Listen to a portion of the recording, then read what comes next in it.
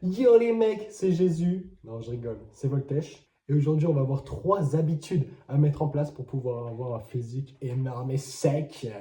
Ces habitudes-là, je les ai mises en place il y a à peu près quelques mois et j'attends ce physique.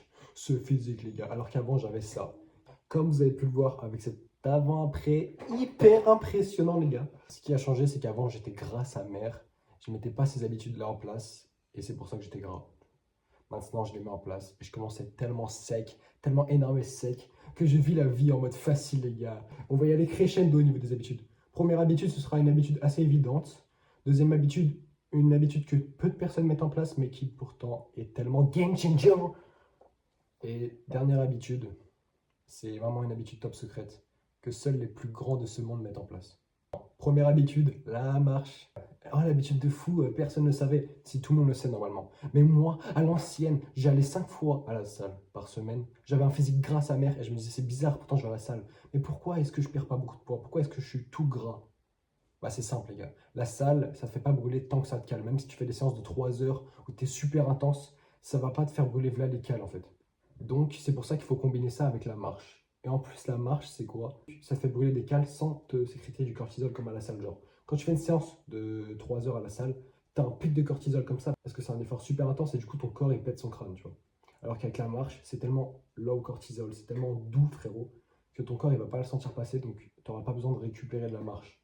Donc, c'est-à-dire que tu vas pouvoir brûler des cales sans te fatiguer. C'est complètement boosté. C'est pour ça qu'il faut que tu ailles marcher tout de suite. Pas obligé de faire 20 000 pas par jour, mec.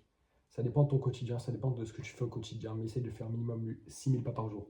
Crois pas, c'est parce qu'un jour tu vas faire genre 3 000 pas que tu vas tout léser. Non, c'est bon. 3 000 pas, c'est mieux que zéro, frérot. Deuxième habitude, les boissons zéro. Non, je rigole. La deuxième habitude, c'est plus d'arrêter de consommer des sucres industriels. Moi, à l'ancienne, j'étais en période de prise de masse, on va dire. Sauf que bah, c'est mes darons qui font les courses, il y avait pas mal de goûter, donc je mettais tout dans le goûter, genre. Je donnais toute ma puissance, toute mon énergie, toute ma faim dans les goûters. Ce qui fait que mon insuline était complètement déréglée, sauf que l'insuline, c'est une hormone super importante pour ta prise de muscle. Et donc, si tu la dérègles, si tu augmentes trop sa résistance en mangeant trop de sucre industriel de merde, bah frérot, pour prendre du muscle, ça va être hard. Et en plus, ça fait tellement de pics d'inflammation quand tu manges du sucre comme ça, que ça crée du stress et donc tu stockes beaucoup plus facilement du gras. C'est pour ça que si tu es là, tu manges trop de sucre dans ta journée, je parle pas de sucre, je parle pas de banane là. Moi, je te parle de gros gâteaux là, de gros gâteaux au chocolat, du Nutella. Moi, je me prenais au moins 6 tartines de Nutella avec du beurre et du lait au sucre. Genre, je mettais du sucre dans mon lait, donc forcément, voilà. C'est pour ça, les gars, arrêtez, prenez pas de sucre industriel. J'ai fait un mois où j'ai vraiment limité grandement mon sucre industriel. Mon physique était. Je me sentais tellement mieux. Vous allez me dire, ouais, mais il faut savoir se faire plaisir. C'est pas du plaisir, frérot. T'es juste addict. Quand tu consommes du sucre industriel, genre, les industriels, ils savent très bien ce qu'ils font, tu vois. Ils mettent des trucs à l'intérieur pour que tu sois addict de baiser. Moi, j'étais addict. Parce que plus j'arrêtais, et moi, j'avais envie d'en prendre. Ça veut tout dire, voilà. Donc les gars, essayez de limiter ça le plus possible. Vous allez voir, au bout d'un moment, vous allez même plus avoir envie d'en prendre.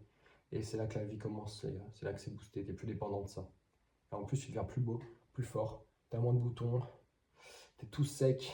Tout sec. Troisième habitude, les gars, arrêtez les petits déj et les goûters. Oh, celle-là. Cette habitude-là, elle est tellement cheatée. Ou alors, au petit déj, tu t'autorises que les œufs. Mais là, tu vas voir, tu vas péter ton crâne. Au bout d'un moment, tu vas dire, vas-y, bah, autant rien prendre. Voilà. Avant d'aller au travail, avant d'aller au lycée, j'en sais rien, mec, tu manges pas. T'attends le midi, frérot. Si t'es capable de supporter ça, en vrai, c'est aise. Et tu vas voir, du coup, tu vas manger moins. Tes repas, en général, le midi, tu manges moins de merde et le soir aussi. C'est plus dans les moments comme le goûter et le petit-déj que tu t'autorises un peu des folies, faut se le dire. Donc, c'est complètement cheaté. Quatrième habitude, petit bonus, prends du Reta.